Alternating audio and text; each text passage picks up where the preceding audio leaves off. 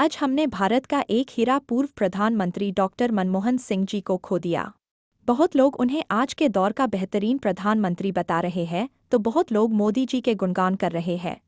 तो आइए देखते हैं कि दोनों में क्या डिफरेंस थे और क्या समानताएं थी। और बेहतर कौन है? प्रस्तावना: मोदी और मनमोहन के बीच निजीकरण का अंतर। भारत में आर्थिक सुधारों और निजीकरण की प्रक्रिया लंबे समय से चल रही है। अक्सर यह बहस होती है कि वर्तमान में प्रधानमंत्री नरेंद्र मोदी द्वारा किए जा रहे निजीकरण का आधार वही है जिसकी शुरुआत पूर्व प्रधानमंत्री डॉक्टर मनमोहन सिंह ने की थी। हालांकि यह कहना सरलीकरण होगा।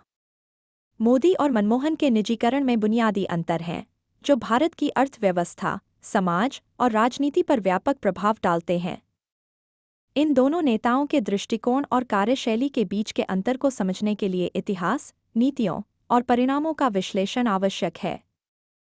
आर्थिक सुधारों का आरंभ और पृष्ठभूमि। 1. नेहरू का मिश्रित अर्थव्यवस्था मॉडल। स्वतंत्रता के बाद भारत ने आर्थिक आत्मनिर्भरता के लिए एक मिश्रित अर्थव्यवस्था, मिक्स्ड इकोनॉमी का मॉडल अपनाया। सार्वजनिक क्षेत्र का निर्माण। पंडित जवाहरलाल नेहरू के नेतृत्व में भारत सरकार ने उन क्षेत्रों में निवेश किया जहां निजी निवेश और विशेषज्ञता की कमी थी। सरकारी संस्थान, भारी उद्योगों, स्टील, पावर, ट्रांसपोर्ट और बैंकिंग जैसे क्षेत्रों में सार्वजनिक उपक्रम (PSUs) स्थापित किए गए। रोजगार और बुनियादी ढांचा। इन संस्थानों ने रोजगार के अवसर पैदा किए और देश को आर्थिक विकास की राह पर अग्रसर किया। 2. मिश्रित अर्थव्यवस्था का प्रभाव। नेहरू का दृष्टिकोण दीर्घकालिक था।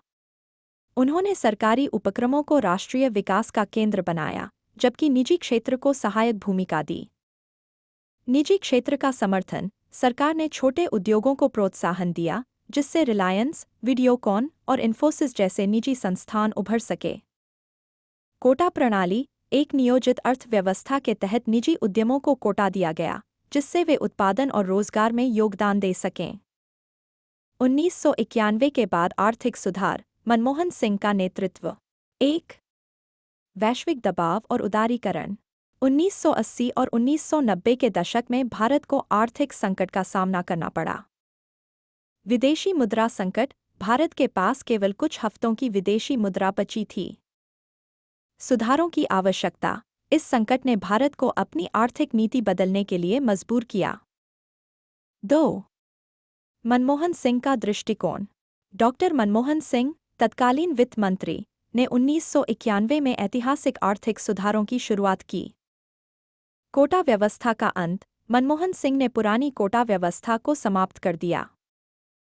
विदेशी निवेश और तकनीकी नेटवर्किंग के लिए दरवाजे खोले। सरकारी उपक्रमों का निजीकरण। सार्वजनिक क्षेत्र के उपक्रमों को निजी क्षेत्र के लिए खोलना शुरू किया गया। 3. ICICI जैसे उदाहरण। ICICI बैंक, जो नेहरू काल का एक PSU था, को निजीकरण के बाद एक लोकतांत्रिक निजी संस्थान में बदल दिया गया। शेयरधारक मॉडल। आम जनता और संस्थागत निवेशक इसके मालिक बने। पारदर्शिता। कॉरपोरेट गवर्नेंस के तहत संचालन हुआ, जिससे यह भारत का सबसे बड़ा निजी बैंक बन गया। मोदी सरकार के निजीकरण का मॉडल। 1. केंद्रीकरण और मोनोपोलाइजेशन। मोदी सरकार ने निजीकरण को एक अलग दिशा में ले जाया। एकाधिकार का निर्माण। कई क्षेत्रों में एक या दो निजी कंपनियों को प्रमुखता दी गई। रजवाड़ा प्रणाली। उदाहरण के लिए, अडानी समूह जैसे संस्थानों को कई महत्वपूर्ण क्षेत्रों का प्रभुत्व दिया गया। शेयरधारक मॉडल का अभाव। इन कंपनियों में प्रमोटर ग्रुप की 75% हिस्सेदारी होती है, जबकि आम जनता की हिस्सेदारी सीमित रहती है। 2. वाइटल सर्विसेज का निजीकरण। महत्वपूर्ण सेवाओं जैसे माइंस, पावर, पोर्ट, रेल और कम्युनिकेशन को निजी हाथों में सौंपा गया। खतरे। इन सेवाओं पर एकाधिकार से मुनाफाखोरी, भ्रष्टाचार और महंगाई की संभावनाएं बढ़ती हैं। लोकतांत्रिक नियंत्रण का अभाव। जनता या शेयरधारकों के पास कोई शक्ति नहीं रहती कि वे इन कंपनियों के फैसलों को चुनौती दें।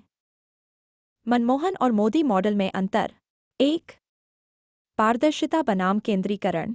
मनमोहन मॉडल, ICICI जैसे संस्थान पारदर्शी और लोकतांत्रिक थे। मोदी मॉडल, निजी कंपनियां एक व्यक्ति या ग्रुप के नियंत्रण में रहती हैं, जिससे पारदर्शिता और जवाबदेही कम होती है। 2. सामाजिक और आर्थिक प्रभाव। मनमोहन मॉडल, रोजगार और निवेश के अवसर बढ़े। मोदी मॉडल, बेरोजगारी, महंगाई और आर्थिक असमानता जैसी समस्याएं बढ़ी। निजीकरण और मोनोपोलाइजेशन के खतरे। 1. लोकतंत्र पर असर। जब वाइटल सेक्टर एक या दो हाथों में केंद्रित हो जाते हैं, तो समाज पर उनका प्रभुत्व बढ़ जाता है।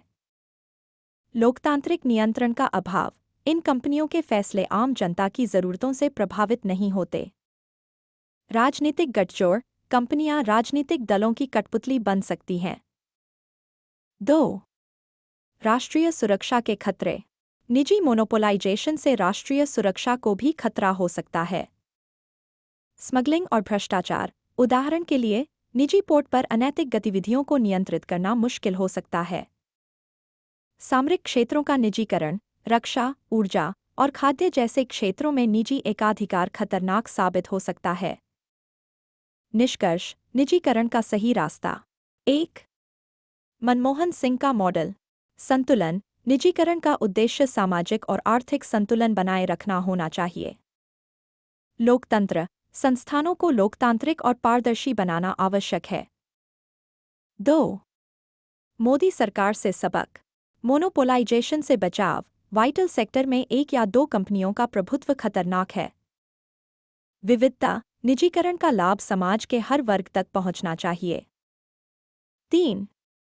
आर्थिक विकास का आदर्श मॉडल। सार्वजनिक और निजी क्षेत्र का संतुलन। सार्वजनिक क्षेत्र को आर्थिक विकास का आधार बनाना चाहिए, जबकि निजी क्षेत्र को एक सहायक भूमिका निभानी चाहिए। नियम और जवाबदेही। निजी क्षेत्र को कड़े नियमों और जवाबदेही के दायरे में लाना आवश्यक है। यहाँ यह स्पष्ट है कि निजीकरण एक जटिल प्रक्रिया है जो देश की अर्थव्यवस्था और समाज पर गहरा प्रभाव डालती है। मनमोहन सिंह और मोदी सरकार के मॉडल का तुलनात्मक विश्लेषण हमें इस प्रक्रिया के विभिन्न आयामों को समझने और सही रास्ता चुनने में मदद करता है।